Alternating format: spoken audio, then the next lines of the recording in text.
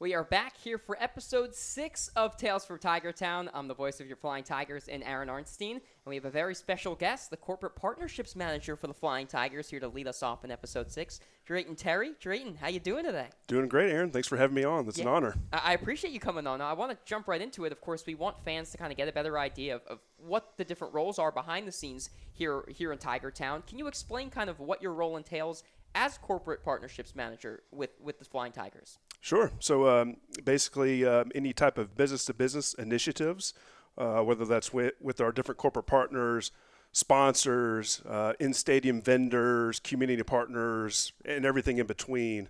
But basically bringing in fun stuff to the ballpark. Could be some corporate advertising and marketing. I'm out in the community a lot as well, going to different things around town, ribbon cuttings, grand openings, things like that. But it's a lot. That's awesome. It sounds like a fun part of the job, going to these grand openings, like obviously positive experiences and the ribbon cuttings. Any of those kind of events that have stuck out to you, maybe this year that you've been able to go to? Sure.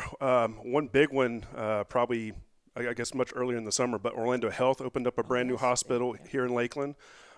So this is my third season here with the Tigers and Flying Tigers, but I know those conversations have been happening for many, many years, and just being on the outside looking in for the last 3 years has been really cool. But to see it all accumulate into that final moment where it's like, all right, welcoming the community in, having their employees come check it out and take a tour of the new hospital, that was really cool because we got to take out Southpaw, our mascot, and engage with all the folks that were there, and it's just really cool to be a small part of it. Yeah, and when you're going to events like this, of course, getting your name, the Lakeland Flying Tigers and the Tigers name out in the community is so important. What are those conversations like? Are you kind of telling people about what we have here in Tigertown? What's that like to make sure Lakeland and the Tigers are getting their name out in the community? Yeah, absolutely. I mean, at the end of the day, we're working in sports. We're a baseball team here, so we provide the fun and the escape away from your normal day-to-day activities for anybody else that's outside of our industry, right? So just going back to this hospital example, the doctors there and the nurses and everybody that takes care of patients and are seeing people on a day-to-day basis, they're doing real work, and it's like we're coming here to almost play in a sense, you know what I mean? So just providing entertainment, letting them know what's going on at the ballpark, if it's fun giveaway nights or special events that's happening here at the games. Those are the fun things we like to spread around town. Yeah, that's awesome. Now, when it comes to trying to bring these groups out, whether it's, doctors, nurses from Orlando Health, what's kind of the goal? What are you guys trying to accomplish when you're bringing groups or individuals out here to the ballpark to have a great day? Yeah, it could be a lot of different things. We've had folks that really just want to get their name out there, like a brand awareness type of piece. Or it could be honoring an outstanding employee to where they come out, we host them in one of the suites like this that we're in today, or have them down on the field for a ceremonial first pitch. We just try to provide like unique experiences to where you can't necessarily just go and purchase off the streets. So having these partnerships with all of our different corporate partners, that's a key in pretty much every single one that we do, is having that unique tie-in to something that you can't get anywhere else. Yeah, what are some of those experiences this year that stick out to you, these unique experiences for different partnerships where you've been able to bring, different individuals and companies in and be able to give them these really cool experiences? Anything? Yeah, one with we did last year, and it's upcoming in our last homestand in a couple weeks, but with the Mosaic Company. Every strikeout by a Flying Tigers pitcher at home provides a donation from Mosaic to a couple of local food insecurity organizations, which is Kids Pack and One More Child this year. But that's a really, really cool night because we do a food donation drive, as well as some toiletries and some household items as well that we'll accept. But just getting our fans involved with something like that is really cool. Seeing them support the local community organizations like that in a fun way. We use our field and our stadium as a platform to showcase that. So, fans bringing in the items, they come into the game. Mosaic brings out the two organizations. We provide them with a ton of tickets via our partnership with them. Being able to honor those leaders of those organizations, all three, on the field, check presentation, first pitch, things like that. But that's a really, really cool thing to see it from start to finish of, hey, this is what we've been working for all year long, and to see it pay off in the end is really, really fun. Yeah, that's awesome. I know after each strikeout for the Flying Tigers, I mentioned $60 to Kids Pack and One More Child. driving around the area, I've seen signs for Mosaic. I've seen Kids Pack out at the ballpark doing something a couple weeks ago. So it's really cool to see all this stuff come to fruition and then kind of come to a culmination during that final homestand. So I appreciate you sharing that. Yeah. Yeah, no, I kind of just want to round it out here. You've worked on the business side of sports for a number of different organizations, both collegiately and professionally. What kind of stands out to you about the Flying Tigers organization and working here? Yeah, this is such a fun organization to be a part of. It really feels like a tight-knit family here, mainly because we have a very small staff. But also we're focused purely on baseball. The Detroit Tigers' number one priority is the players first, right? They want from start to finish the day that they draft these players, whether out of high school or college or internationally, they want their experience here to be top-notch and A+. So I take a lot of pride in that, but it differs from the university side of things to where you're focused on other sports throughout the year. You go from football season straight into basketball season, then you're into baseball, softball, soccer season. So and then you're also kind of boxed into your, kind of your job title at those places. Whereas here, and I'm looking at Brandon behind the camera, breaking the fourth wall here, but like if he needs some help on camera 3 down the, the third base line, or somebody needs help in the box office or down on the field pulling tarp with the grounds crew, there's so many things you can do here and get your hands on and be a part of here that you wouldn't have the opportunity anywhere else. So baseball is really special in that way. Yeah, that's very well said. Well, Drayton, I want to thank you for coming on, kind of sharing your experiences and your role here with the Tigertown family. So we thank you very much, and we will be right back for the second half of Episode 6. A very special guest, Michael Oliveto, the Tigers' number 2 overall pick in last year's draft. We'll have that and much more on the other side here on Tales from Tigertown. Welcome back into Episode 6 of Tales from Tigertown. I'm the voice of your Flying Tigers and Aaron Arnstein, alongside one of the Tigers' top draft picks from 2025, and Michael Oliveto. Michael, thank you so much for coming on. Yeah, thanks for having me. Yeah, I've been looking forward to this for some time, ever since you got the call up a couple weeks back to Single A. How's everything been the first couple weeks here in full season ball? It's been awesome. It's always been a dream to play pro ball, and it's been a great experience so far. A lot of good people surrounding me, so yeah, it's been fun. You talk about, it's always been a dream, right? And I got to jump right into it. You went from basically a non-prospect to the 34th overall pick in the draft last year, virtually overnight. I mean, just about 9 months before the draft, after you showed out at the Wood Bat World Championships in South Florida in Jupiter. That was really when you had your coming out party and a lot of interest, of course, among scouts. And, of course, you're drafted by one of the top picks for the Tigers. Was there kind of a moment that stuck out to you when you realized that getting drafted was a real possibility out of high school? I mean, it did come very quick, everything, after that Jupiter tournament. But I don't know if there was an exact moment, but it just, scouts started reaching out, showing up to fall ball games, showing up to school games, and from there it was just like, okay, this could really happen. Yeah. Now, when you did have scouts showing up and getting that interest, was there anybody you were able to talk to kind of, with this being all such a new process to you, was there anybody you were able to chat with and kind of get acclimated to kind of this new lifestyle of having scouts and pro ball interest? I mean, there are some guys who, around me who have had that experience. Nick Fanti, our assistant coach at my high school, he was drafted in 2015 by the Phillies, so, he's an awesome resource, and he was able to, help out, and a bunch of other guys just, kind of calming me down, just go play. Same baseball game, just more people watching, so. Yeah. Yeah, I'm always curious when it comes to that, when there are more eyes on you, you obviously know scouts are there. Are you able to keep it out of your mind? Like, how do you make sure it does not affect you when you're on the field? I mean, just going out and playing the game. It's having fun with it. The first couple of games were definitely like, I saw them and I was, thinking about it, but, the more it would happen in school, it would be like, all right, this is the new normal for this season, and it was awesome, and it was a blessing to be able to go through that experience, and just knowing that they're here for a reason. Just go be me, go play, and that really helped settle me down. Yeah. Now, before I kind of dive into the draft process, would you have conversations with those scouts in high school, like after the game or anything like that, or was it more they just came to watch and left? What was that like? I would have conversations with guys. Some I got closer with that were going to more games, or I saw more often in fall at the end of the year in 24.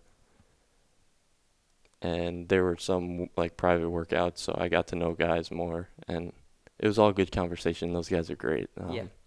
It was really awesome. Got to meet a lot of cool people. So Hmm. yeah. That's awesome. Now, was it like more baseball? Was it non-baseball? Kind of what are the type of things that they want to know about you in those conversations? I think it's a lot of it was more about just getting to know you, getting to know your family, Hmm. talking to my parents at the games, all that sort of stuff. Talking to other teammates, fans, um, everything. Just getting to know the vibe of the person, and because they could see the baseball product if they're interested or not. But Yeah. getting to actually learn the person, I think is a big thing for them. Yeah, so now kind of jumping into the draft process, what did that process like for you if you could kind of walk us through it and kind of what that entire experience was like? Yeah, I mean, so it happened really quickly. In Jupiter, got my first real interest from scouts, and then started to pick up from there. And then I started talking with some advisors. Um, found the guy that I really like, and he was able to really help me out big time through the whole process. A lot of Zoom calls, a lot of meetings with teams and workouts. Um, Leaving school, because in New York we go really late for school. Hmm. We Till what time? I graduated June 27th, I Oh, think. okay. Wow.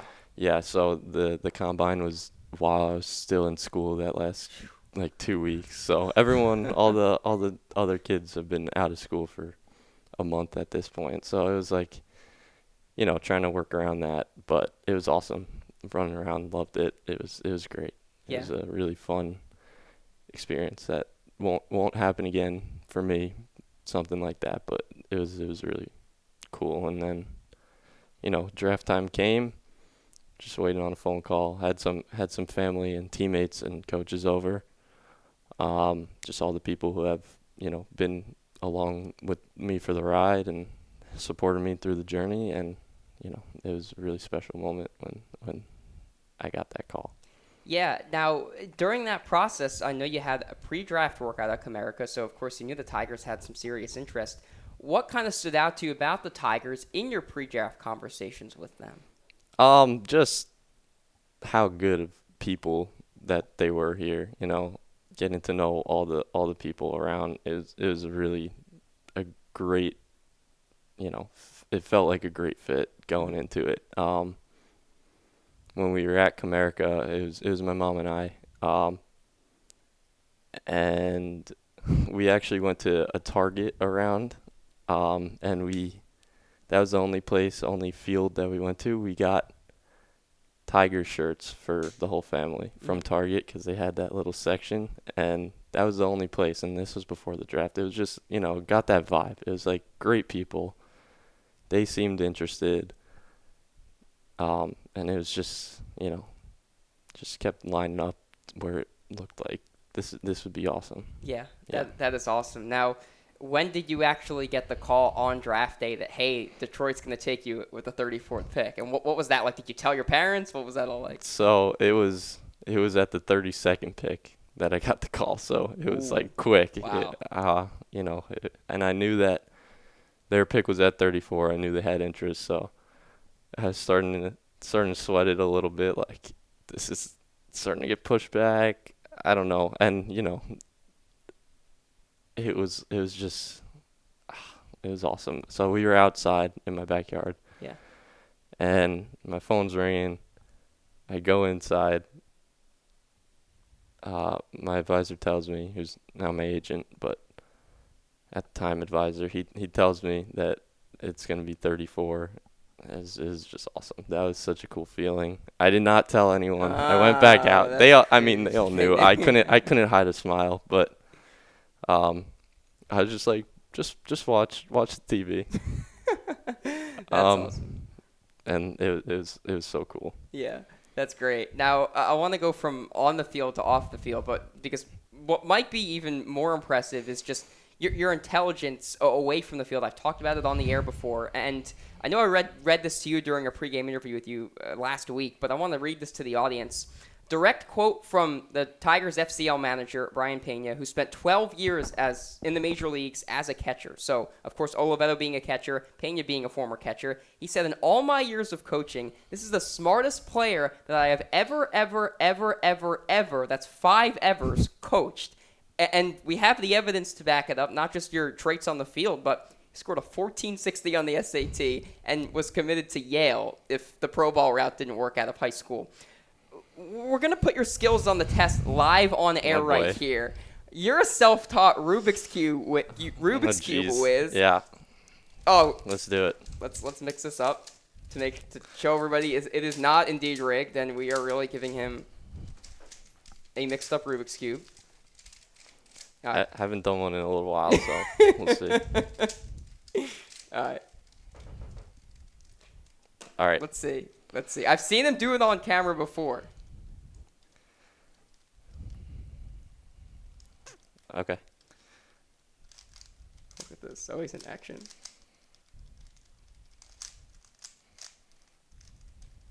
Look at this. He's getting in the groove.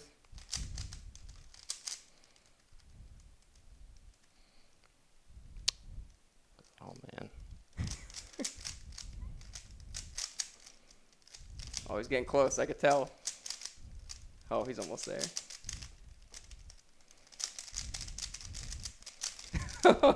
Oh, my.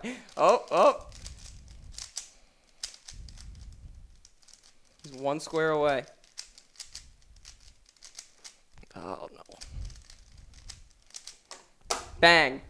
I didn't have the timer. That was probably maybe under 60 seconds. I gave this to him out of the blue. Did not tell him we were going to give him a Rubik's Cube, and this man solved it. So if that doesn't show you how intelligent this man is off the field, this does. Well, I appreciate you doing that because that was high pressure. So, hey, you got it. That was really impressive, man. I appreciate that. Of course. So kind of going off of that, how do you think the intelligence off the field, like this, like obviously your smarts in the classroom, have helped you become a better baseball player on the field? I think just, taking pride in learning the game.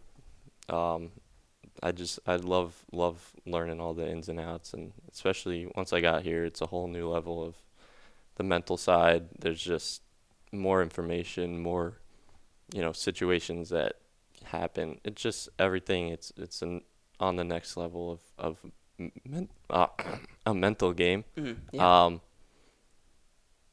And just loving the game, learning the game. I think it's just, it really helps being able to do something you love, because then it doesn't feel like you're working. It just feels like you're going and playing, but just loving to learn. Yeah. I think that's a big thing. Speaking of learning, I know you've learned a lot of new things here in the Tigers org so far.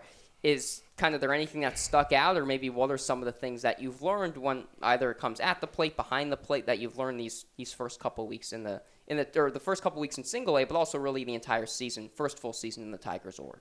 Yeah, it's a lot of new, everything. The speed of the game's faster, so just learning how to control pitchers, learning new ways to call pitches and work with sequences, and manage a game. I think that's huge. Just, different situations, learning hitters, like the scouting reports we get and studying that before games. All this stuff is new to me, I guess, coming here, and being able to, see what goes into that, and all the details behind that has been really fun. And it's a lot, but it's fun, and I enjoy it. So it's been really cool so far. Yeah, you talk about connecting with the pitchers. I know that your mom taught Spanish, and you you were learning Spanish as well to make sure you can connect with the players. How is that going along? Like, did you always know once you hopefully got into pro ball that you would want to pick up Spanish? Were you already a strong Spanish speaker? What's that entire process been like, trying to learn Spanish and be able to communicate with the Latin guys? Yeah, so at school, since kindergarten, my district had Spanish class. So Wow. K through 12. Kindergarten. Yeah, Oh, we wow. had it was 20 minutes of Spanish in elementary school every other day or something, every couple days. And then in middle school, you could choose, you could choose a language, so Spanish, French, or German, I think. And I always stuck with Spanish. I knew my mom taught Spanish, so she had been fluent. And it was just cool just getting to experience it when I got here and being able to actually put it to work. It's definitely different than classroom Spanish. Yeah. But I think I've been really able to pick up a lot just trying to just speak with the guys, asking them, what is that? How do you say that? And they'll do the same thing. Just it's been fun. I think I've gotten a lot better at understanding. Still working on speaking part. I could get my point across most of the time, but I'm starting to really be able to understand when they're speaking, like what they're saying. And Yeah. stuff.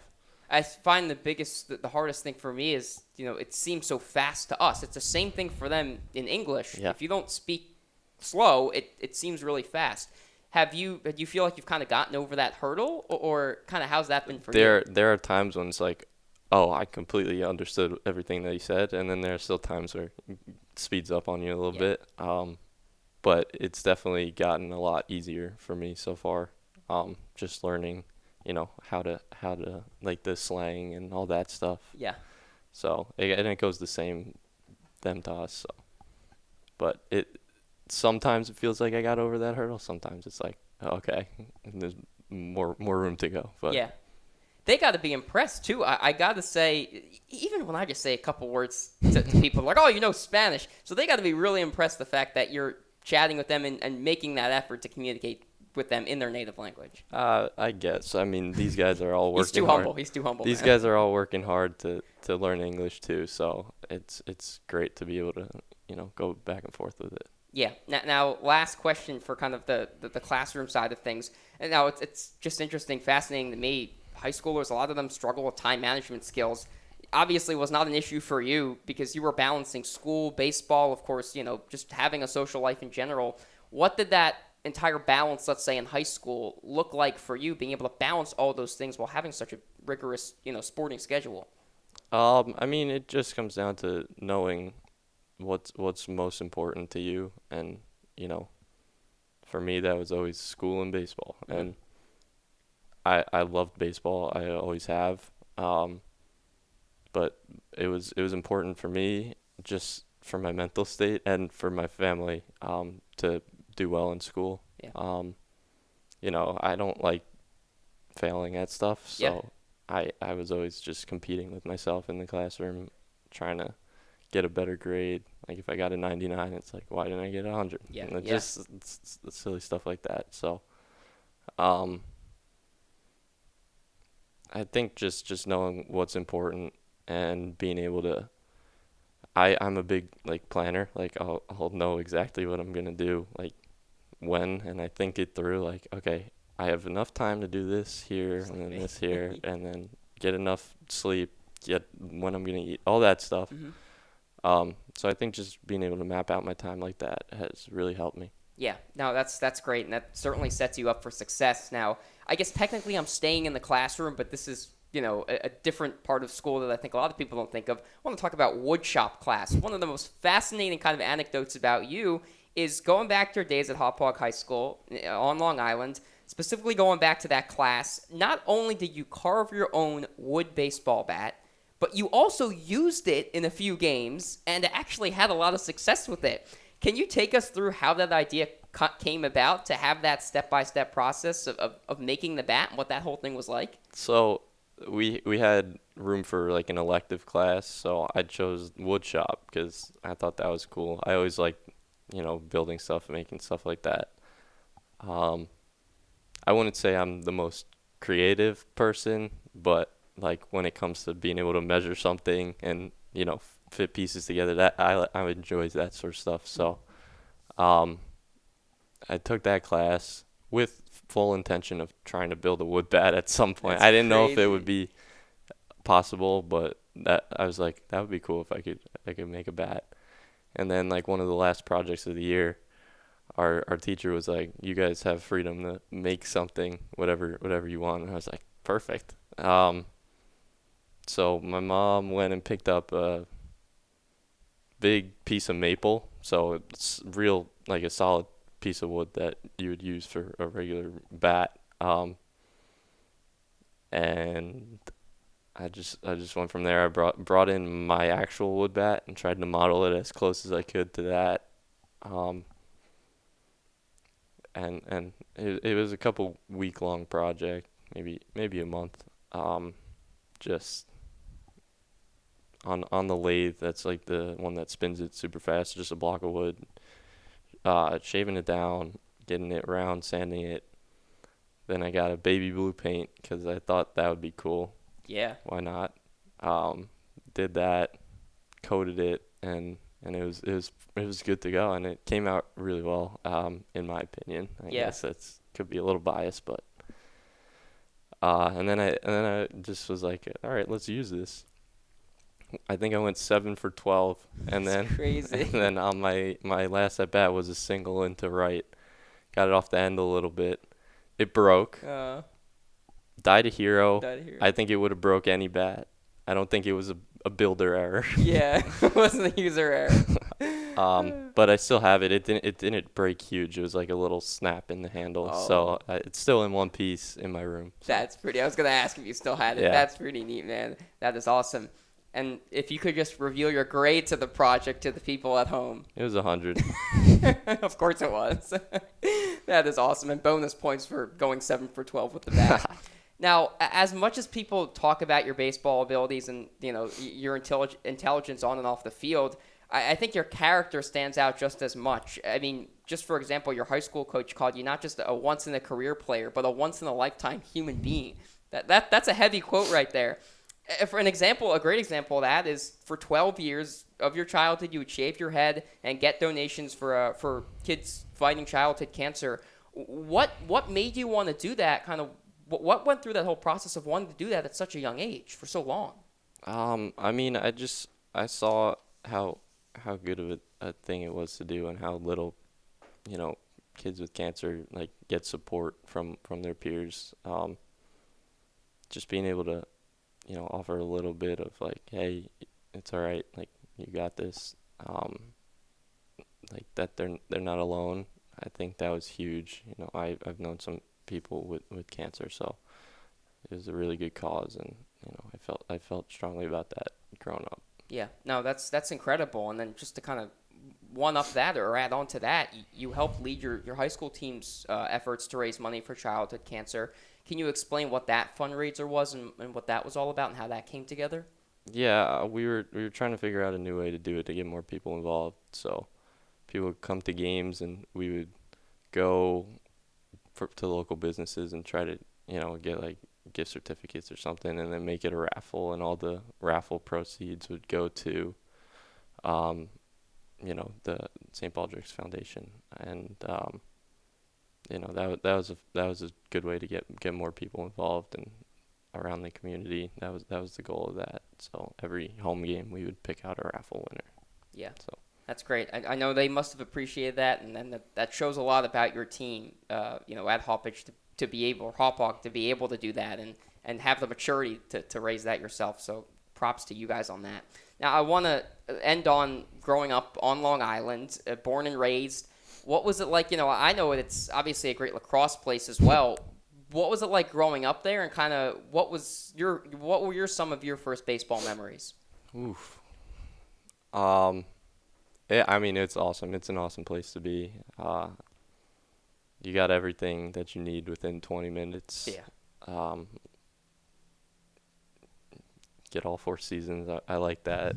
I don't know. My whole family was there, so it was really fun to be able to grow up around my cousins and everything. Everyone was within 15 minutes. Wow. So, Like the whole like family. whole family, both sides. Wow. Yeah. So it was really awesome being able to grow up so close with family. And just I was always running around playing sports. I remember I was at some point probably doing 7, 8 different sports in a year. 7 to 8. Wait. I need to hear. Yeah. What were all these sports? Lacrosse had to be one. Lacrosse, of them, right? yeah, lacrosse, deck hockey, baseball, of course, soccer, karate. I was on a swim team.